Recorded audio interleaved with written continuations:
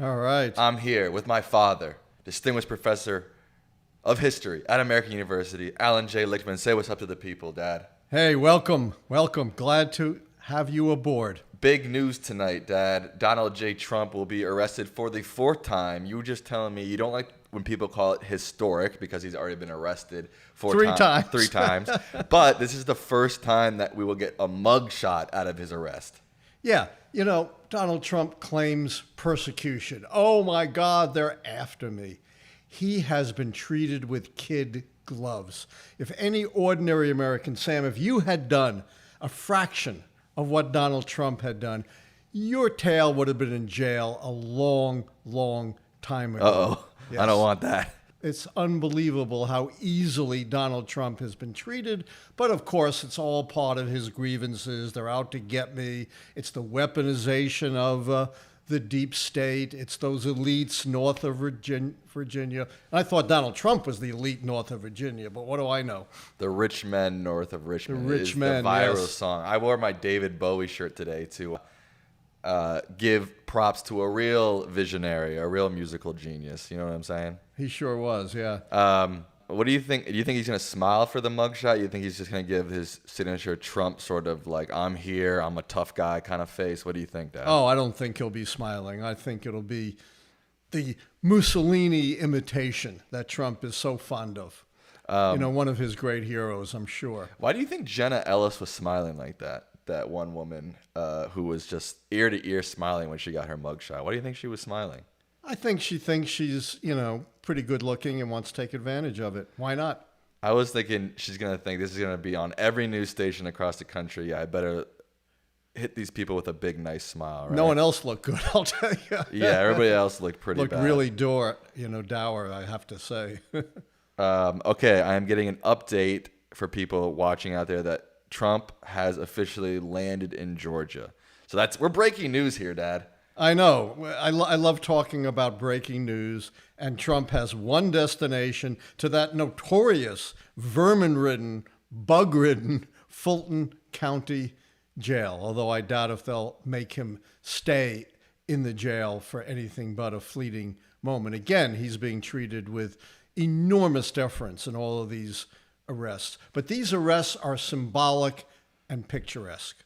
What is really going to count is when Donald Trump is before the bar, before a jury of his quote-unquote peers, and have to answer to the law with his freedom at stake. I listened to Donald Trump's interview with Tucker Carlson. We can talk more about it later. But one thing that struck me was he said, the indictment about my retaining national security documents is bogus because I am protected under the Federal Records Act. As so often is the case, the opposite is true. He is implicated under the Federal Records Act, which says you have to immediately, upon leaving office, return all official documents to the National Archives. And Sam, what could be more official than our top secret documents? Correct. Dad, we've got breaking news here on our own channel. Derek Taylor has gifted $20 in a super chat. So we just made $20. That's Thank our first you. money. High five, It's Dad. a start. We're It's rich. a start. A start of many things to come. And as we've said so many times, you're not going to get the usual punditry here on Live Lichtman. You're going to get some, pretty unique kind of stuff. He did attach a question to his $20. So And I'll be happy to answer the $20 question. The $20 Not the question. $64,000 question, but not bad. Correct. He said, would the 14th Amendment prohibit Trump from becoming president again? If he's convicted of the January 6th charges or the Georgia charges, I think absolutely. Just to refresh everyone, the third section of the 14th Amendment says if you're an officer of the United States, you took the oath, and then you arose in rebellion against the U.S., you can't serve. It's never been used, but it can be used state by state even. The secretaries of state, the governors could say you can't get on the ballot here in Wisconsin or Michigan or Pennsylvania for example. It'll go to the Supreme Court, and who knows what might happen. But the language of the 14th Amendment is pretty clear. One of my good buddies, I was his successor as the debate coach at Harvard, the eminent Lawrence Tribe, wrote a whole article with a conservative judge, Judge Ludwig, saying, yes, Trump would be disqualified if he gets convicted. What do you think, if you were to give a percent chance on the 14th Amendment being used, what percent chance would you give it? I'd give it about a 20% chance because I think this Supreme Court would probably shoot it down. All right, Derek, there's your answer. But that's not nothing. That's not nothing. No, it's certainly possible. It's certainly possible. Yeah. And I always defer to my good friend Lawrence Tribe when it comes to the law. He's your good friend? I've known Lawrence Tribe since 1963. Quick shout out to Anthony Michaels, guitarist. He said, how's it going? I just got on. Huge fan. Thank you for watching, Anthony. Any other comments about Trump flying into Georgia right now to be booked, Dad? I mean, it's not, there's not a whole lot of analysis here, right? Because but it's symbolic. It's symbolic, right? It is symbolic that this guy is being charged with a very serious crime in Georgia. He is being charged under the RICO statute that is usually used against mob bosses. And you've heard me say Trump operates very much like a mob boss. But including under Rudy Giuliani when he was prosecutor in New York, it's also been used against political corruption. And this, in terms of political corruption, is the most serious RICO charge in the history of the country. Because in essence, Trump and co-defendants, this is the first case with co-defendants, a lot of them. The national security case has a couple, but this has, I think, 18 co-defendants. And they are being charged with racketeering to destroy our democracy and to steal an election. That is about as serious as you get short of treason. There you have it, folks. Last night we had the first 2024 GOP debate. 8 potential hopefuls that want to be our president, Dad, were on that stage. Oh, my God. Who were you impressed with the most? Nikki Haley. She was the most substantive, the most candid. She didn't take any of the nonsense from that, what is his name, Ramaswamy guy who was just spouting, I call Ramaswamy the Trump mini-me. He's trying to be another Donald Trump, just making things up on the fly, about serious stuff like mirroring Donald Trump, mimicking him and saying climate change is a hoax. Talk about that a little bit more. But she was really the only one who impressed me, except maybe a little bit of Chris Christie, who's very much on the fringes. But she has no chance. Chris Christie has no chance. When you looked at some of the main contenders, notably DeSantis and Ramaswamy, it was totally frightening. The only thing more frightening was the guy who wasn't there was even scarier than those two guys. I thought the scariest moment in the debate was when this very earnest young man, like a lot of young people I know, gets up and said, look, I expect to live another 60 years, but I am really frightened about what's happening to our planet and climate change. So I want you to raise your hand if you can affirm that we are suffering from man-made climate change. I'm paraphrasing, of course. And how many of them raised their hand? Well, I think DeSantis bailed them all out. He went, "We're not in grade school. Let's talk about." Let's talk about. Yeah, it. And of course, he had nothing, whatever substantive to say about climate change. He dodged the issue. Ramaswamy called it a hoax.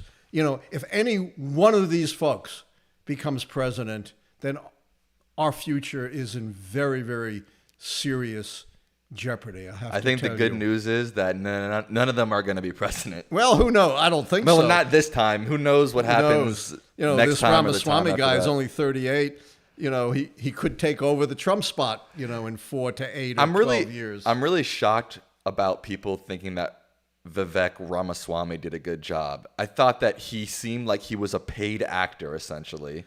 I really liked the line from Chris Christie where he said, "This is the Chat GPT guy." I love that line. Yeah, he seemed extremely phony. It seems like his entire campaign platform is just to go around, go up on debates, and say the craziest shit he can possibly say. Now, who does that remind you of? It reminds me of Donald Trump, but Donald Trump, who's leading everybody. but Donald Trump seems less phony. Yes, he does. Vivek seemed like a wax figure up there, trying to, again, just kind of out of central casting almost of a like a phony political figure. It was weird. It seemed disingenuous. He got booed at one point, but he also got applause. So it was very back and forth. I'm going to bust your bubble here. Okay. Because Washington Post and 538 did a poll. I don't put much stock in it, but guess who came out first? Ramaswamy. Not by much. 29%. Guess who came in second? Nikki Haley. Nope. Ron DeSantis. Oh, God. Who was a zero, a nothing, a cipher. I would even say that Ron DeSantis was morbidly bleak. He kept talking about the declining America, that America is in decline. I thought that was horrible. I don't know who was coaching him up on that line, but he said it multiple times. It was all scripted. He was all scripted. But that's what I'm saying. Yeah. It was all rehearsed, so somebody told him to go up there and be Mr. Bleak, and I thought it was a terrible strategy. I thought his America in decline line was terrible, and I thought overall he was a complete dud. That's what I thought. I don't know. But Sam, you got to admit he's got great answers to restore America. We'll ban drag shows and ban any books that, talk about racial discrimination. That'll make America great again. That's basically the DeSantis platform. But he came in second, 26. Nikki Haley came in third, 15. So what basically the debate did was reinforce what people already thought. That is, if you looked at the pre-debate polls, Ramaswamy and DeSantis were ahead, and they're ahead again in this poll of those who looked at the debates. But Nikki Haley improved herself more than anyone else, but she's not going to get the nomination. Yeah, I was going to say, I don't think it'll make any difference, No. will it? No. I mean, she's so far away from any glimmer of hope in this race, I don't think anything's going to happen. No, she's way off. And the other thing, climate change is an existential threat. If you don't solve that, you're not going to solve anything. And not a single one of them had even a hint of an answer of what we're going to do about this. That's going to be poison in a general election. It might not matter in a primary. And the other thing is they all, were touting this anti-abortion position, which is not going to play either in a general election. But, as far as this climate change denial, I want to read you something. This was a letter written to Barack Obama in 2009, a businessman's letter. And it said, the threat of climate change is so severe that it threatens our planet and it threatens human survival, and we can deal with it and actually improve the economy. You know who signed that letter? No. Donald Trump Jr., Eric Trump, and Ivanka Trump. This was before Trump became a Republican politician and knew you had to phony up climate change to make it in Republican politics. So even Donald Trump knew what a threat climate change is. But the Republican Party, that's so toxic in today's Republican Party that you can't even tell the truth about it, even though it is the most serious issue facing humankind today. My mother, your wife, the brilliant political analyst Karen Strickler, told me that... Who we featured on this show. Yeah, she said she made a good point last night that in abortion and climate change, they are so far off the national average and the national thought process on these issues that if they don't do something on these issues, move a little bit more towards how Americans perceive these issues, they're toast, pretty much. Toast. And, tell them how they can find the guide to climate change, to VoteClimatePact.us. We have a couple more donations, Dad. All right. We've got Glenn Di Tommaso donated. Get him right if he's donating. Glenn Di Tommaso, I guess it's an Italian name, donated $1.99. You can buy a soda with that, Dad. Maybe. We've got Connor Kotara with a $5 donation. All right. Who asked a question. He said, I can definitely buy a soda for that. He says, do you think it's most likely that Key 6 long-term economy will be true in 2024? Oh, I'm not an economist, and the economists don't know how to predict anyway. My good late friend Jack Germond, famous journalist, used to say, there's an economist on every street corner here in Washington, D.C., and not one of them agrees with any other. So who knows? But at the moment, the answer is yes. But so unless the economy in the next year plunges into a deep recession, that key will hold. Thank you for your question, Connor. We got another donation from Derek Taylor. Derek Taylor is number one fan right now. Thank you, Derek. Another $10 donation from Derek Taylor. He said, would you agree, Professor Lichtman, that if Barack Obama were able, which he couldn't obviously, to run for a third term in 2016, he would have won 2016? He would have won the presidency against Trump, according to Correct. the keys. According to the keys, he would have won the incumbency key, right, and the party contest key. Okay. And that would have put them down fewer keys than needed to predict their defeat. Yeah. He might also have had a chance to win the charisma key. Right. So, yeah, it would have made a big difference. Leaving aside the keys even, what is most toxic for the party holding the White House is an open seat where there's no incumbent running and a party contest. That is usually the kiss of death for the party holding the White House. Look at 2016 and 2008 are prime examples. 2016 for the Democrats, 2008 for the Republicans.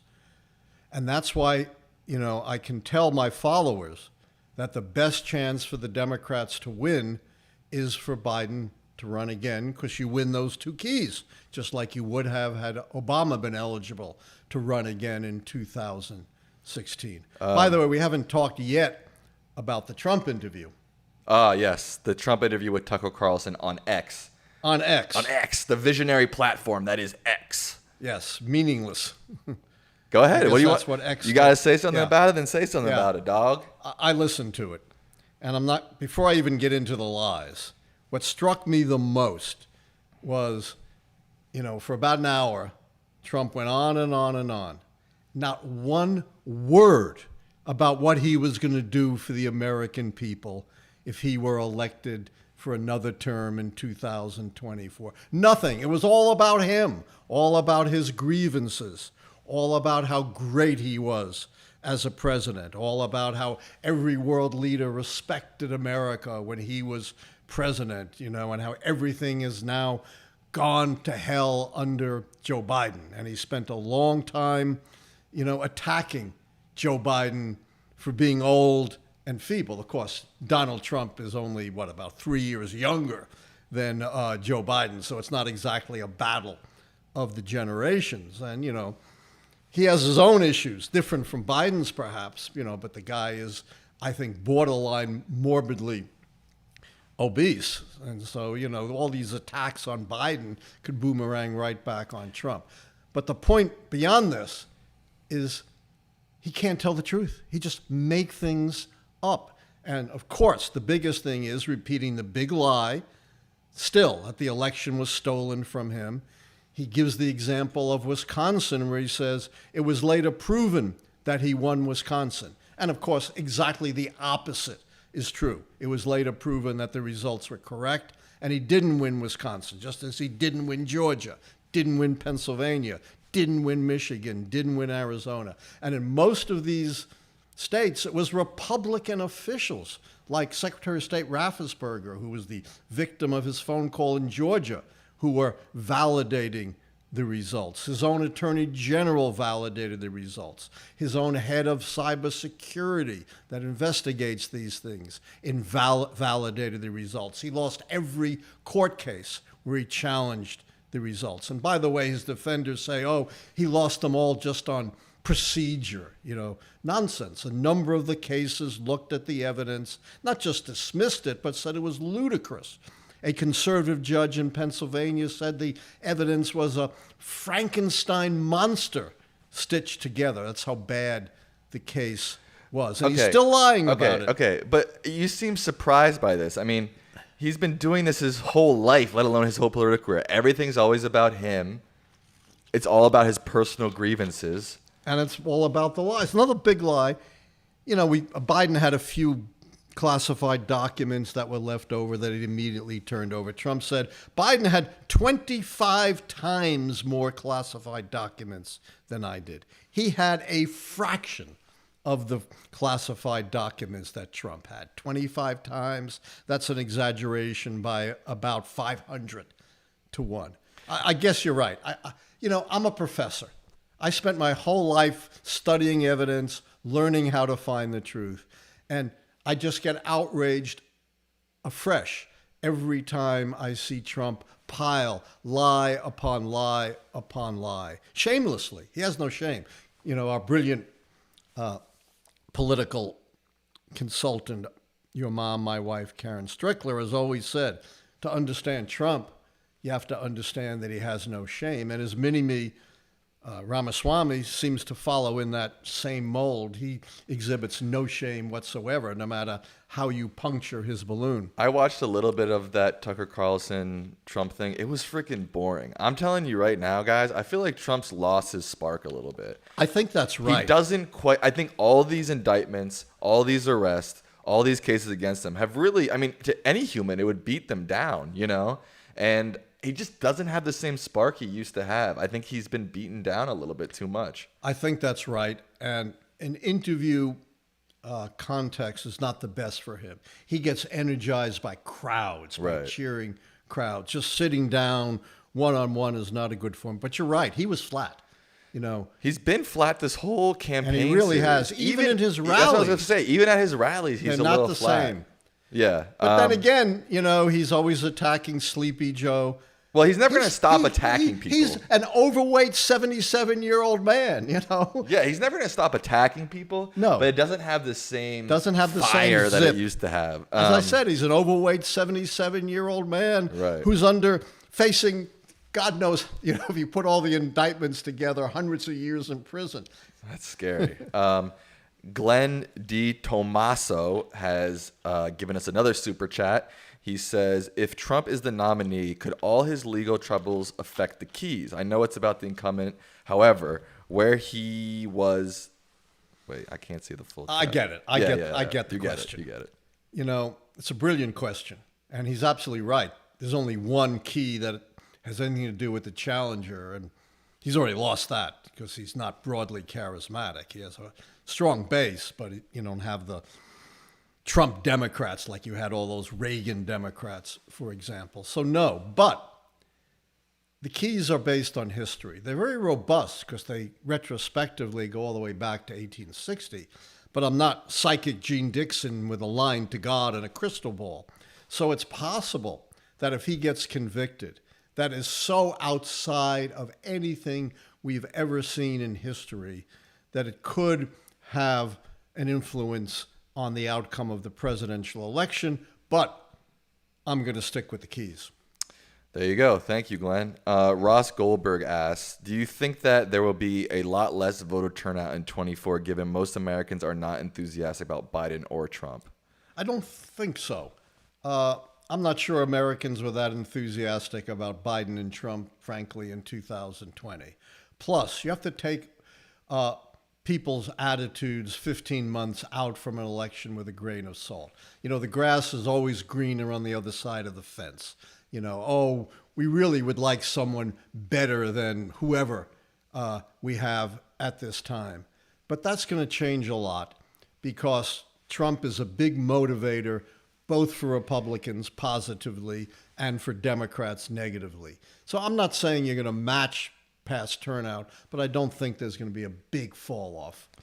Alex Treefire, a common viewer, asks, how safe is Ruben Gallego? We talked about him last time, I think, Alex. I think we did. It's very early to say. Very early, but I think he's on a strong. Good path. Yeah, he's on a good path. Yeah, I think he's on a very good path. But, you know, these senatorial elections, they're not going to snap into focus for really close to another year. Yeah. We don't even know who the candidates are going to be.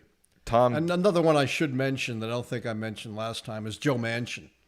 very problematic situation, of course, in West Virginia. Yeah. Tom Geyer asks, can Biden still win if there's a 2024 recession? Yes. It'll be tough because that obviously would turn one key. But if it's deep enough, it could also, as I mentioned earlier, turn the long-term economy key. So the answer is a qualified yes. Okay, thanks, Tom, for that question.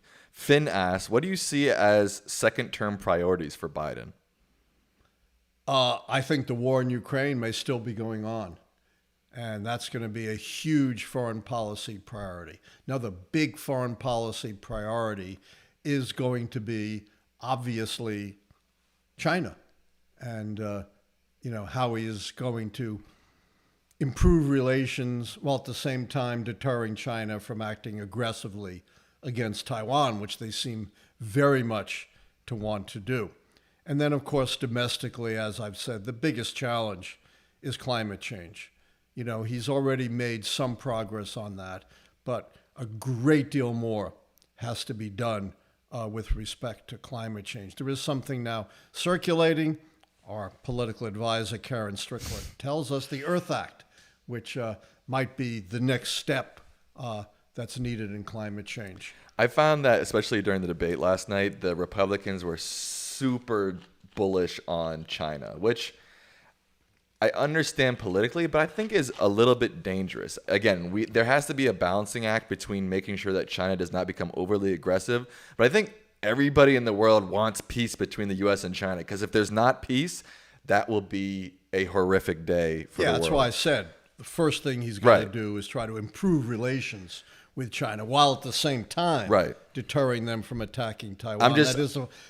Can you imagine Trump trying to walk that tightrope? No, and that's what I'm saying. A lot of these GOP guys really, and or women, DeSantis or seem to be so bullish on China. It's like, I think they need to chill a little bit on that.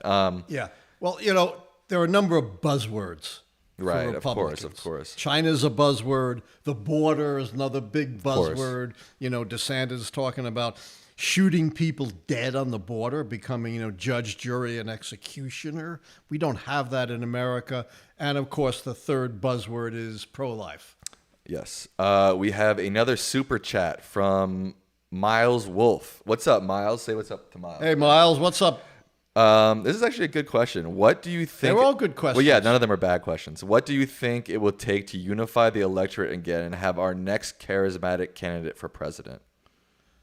That is a great question. And charismatic candidates have been, as president, been very important as unifiers. Franklin Roosevelt in the 1930s, didn't fully unify the country, but really did build the Roosevelt coalition that represented a very broad spectrum of Americans, everyone from white Southerners to Northern African Americans. Ronald Reagan, was very important after the Watergate scandal, the problems of the 70s in unifying the country. So was Barack Obama for all the abuse that he's been taking. I can't tell you who the next, Franklin Roosevelt, Ronald Reagan, or Barack Obama is going to be, but the country needs it. It needs a figure who can transcend all of this petty quarreling. Let me say this.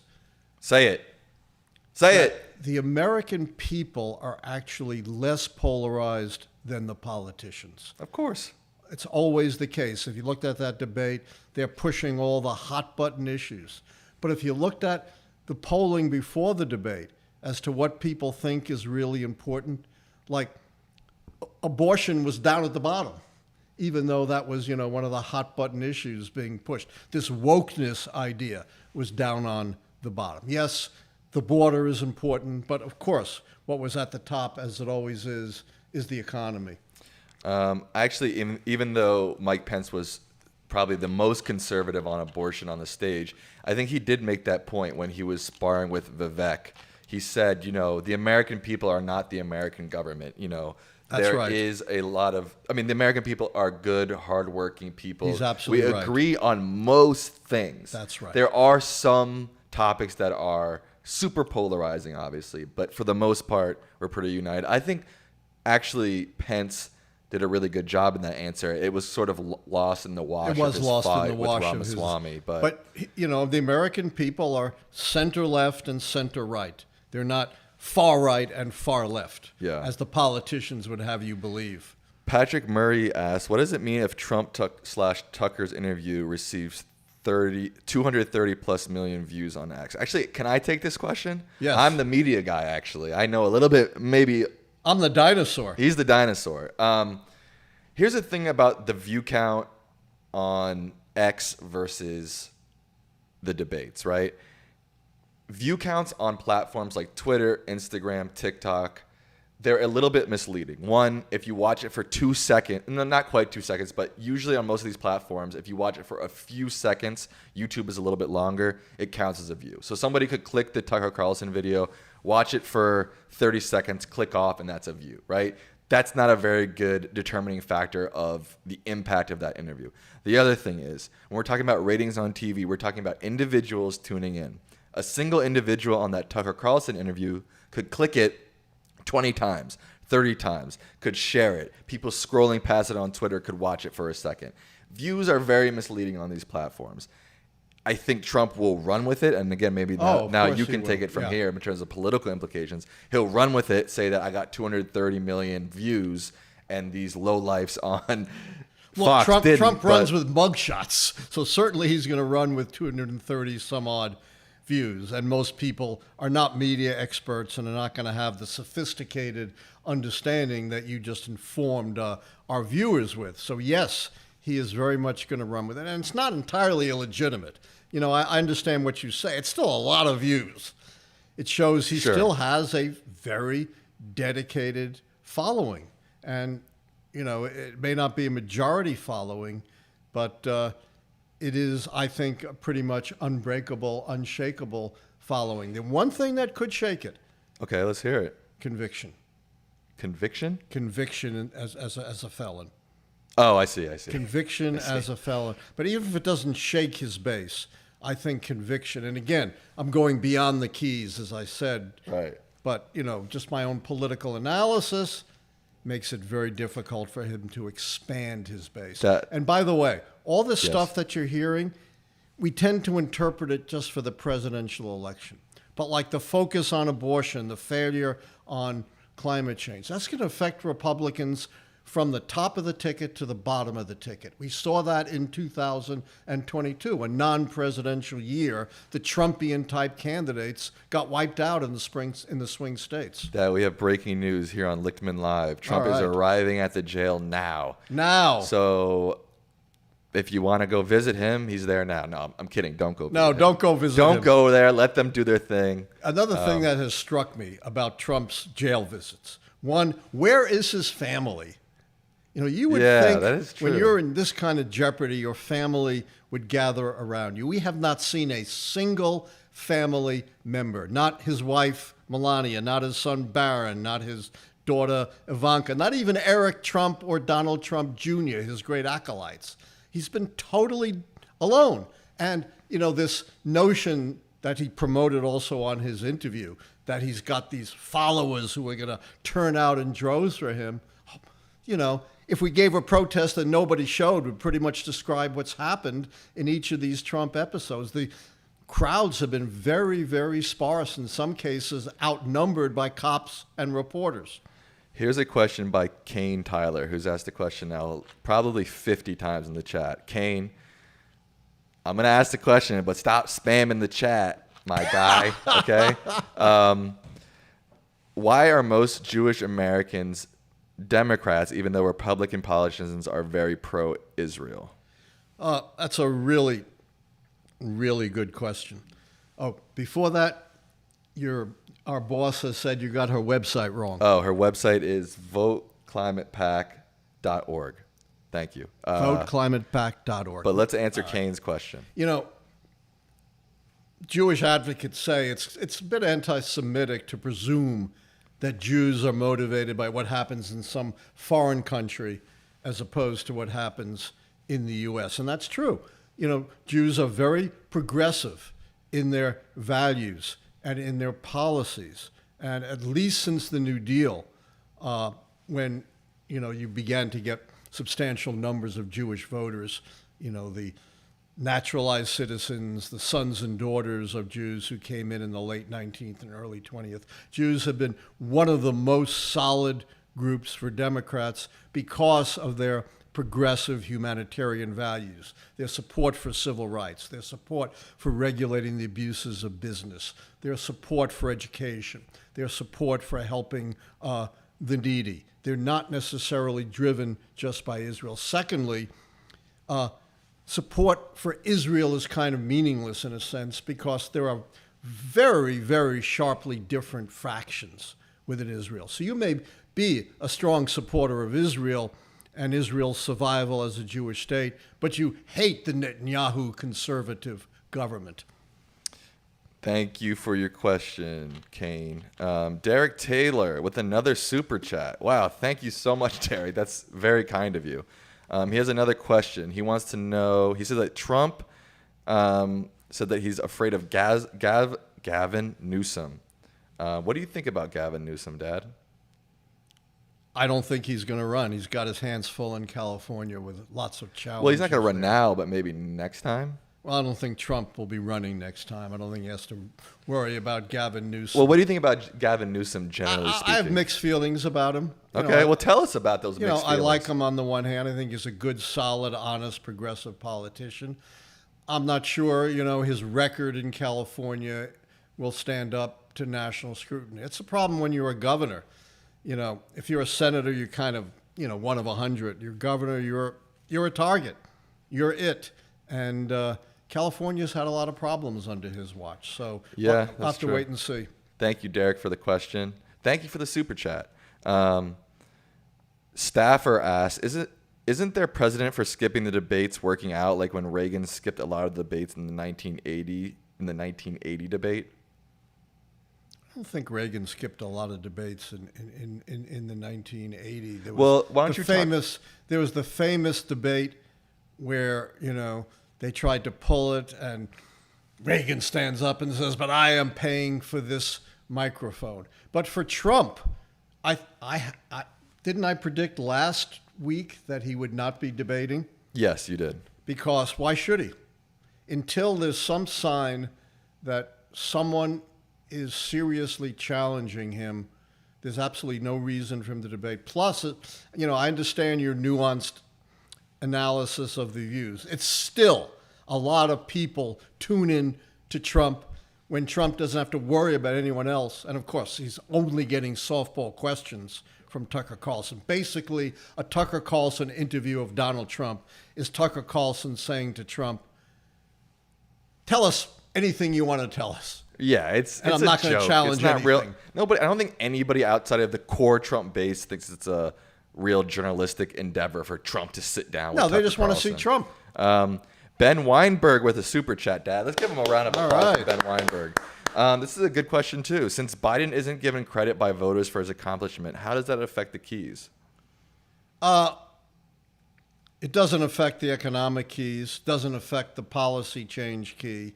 So where it might have an effect is the two foreign policy keys, which can be tied to, in part, voters' response to what is going on abroad. So yes, Democrats need to do a better job of messaging. Republicans have always been better at messaging, but right now, as we said, their message is pretty toxic. So this is a real opportunity, I think, for the Democrats, for the first time, maybe since Obama's first run for the presidency, for the Democrats to one-up Republicans on messaging.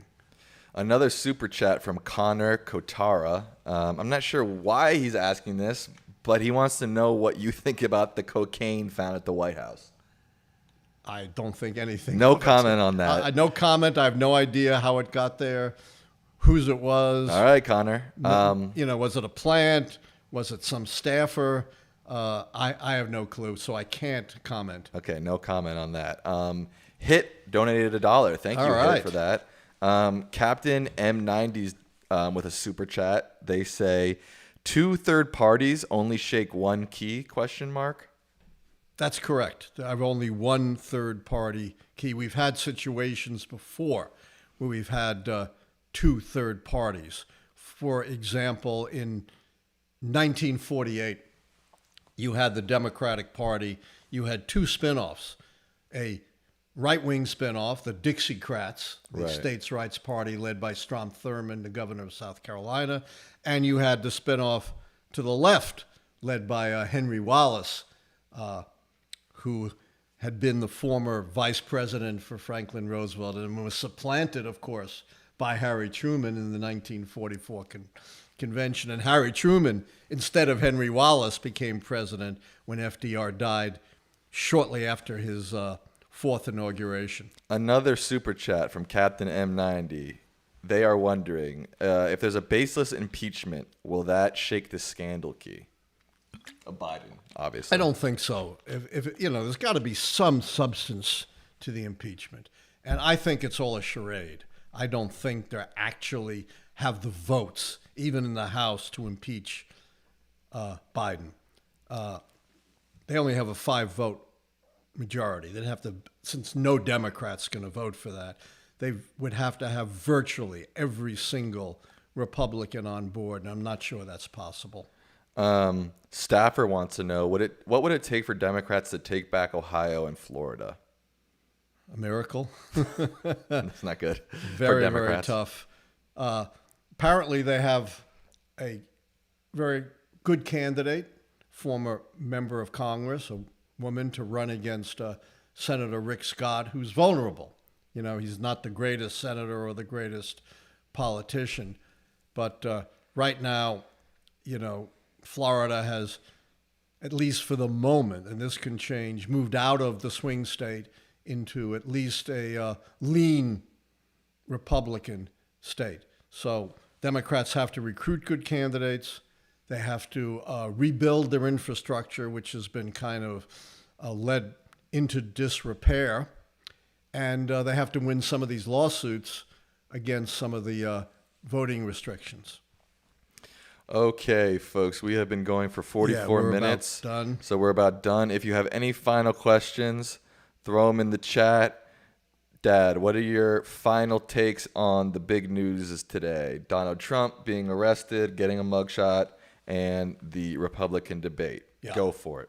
The Donald Trump being arrested and getting a mugshot, while only symbolic unto itself, is, when you look deeper, of enormous significance. He is being accused in Georgia of running a conspiracy to destroy our democracy. It is, along with the January 6th case, the most significant case in the history of the United States. And it carries a minimum of 5 years in prison. This isn't one where he just gets home confinement. And it's the case that also incorporates a lot of alleged co-conspirators, including the notorious Rudy Giuliani. So it's of great significance. And in terms of the Republican debate, I think we've said enough about it. I just want to conclude by saying, Republicans out there, wake up and recognize you need to have a position on climate change. You can't keep dodging it, and you're not going to win elections by promoting your anti-abortion positions. And you've got to do more in foreign policy than just scream China. And you can't have a border policy that says just shoot people dead. All right, guys, that was Professor Allan Lichtman, Distinguished Professor of History at American University. This is his live show, guys, and you're tuned in to get the cutting-edge take on all things politics, all things elections. Am I right? Up to the minute. Up to the minute. And actually, we do have breaking news here on Lichtman Live, if I can get to it. Trump has surrendered to Fulton County authorities, Dad. We've just broken, you don't like to call it history, but we've just broken history. And let me say one more thing about that. All the arguments that Trump has made, it's the swamp, it's Joe Biden to get me, it's the weaponization of the bureaucracy, it's purely political. You know what that's going to count for once you get into the courtroom? Zip. 0. He won't even be allowed to make those arguments. Yes. Okay, so wrapping up here, I just want to give a few shout outs to all the people who donated today. Yes. Captain M90, Connor Cantara, Hit, Ben Weinberg, Derek Taylor. I think there was also Miles who donated too. That is super helpful, guys. This is our first show we've been able to have monetization, and it keeps us going, literally. It keeps us going. And it's a much better donation than donating to a billionaire's legal bills. That is true. That is very true. I want to give some shout out to some other people who are still in the chat who haven't donated but are always watching. Patrick Murray, Bienvenida, the Alex Treefire, Jacob Antonero, Chevy Hawk, Staffer, Michael D'Souza Cruz. Thank you all for watching. Is Ed Marks on? I don't see Ed Marks this time. Because he's been a regular, That's been a friend of my dad. Obama Soda. We appreciate you all for tuning in.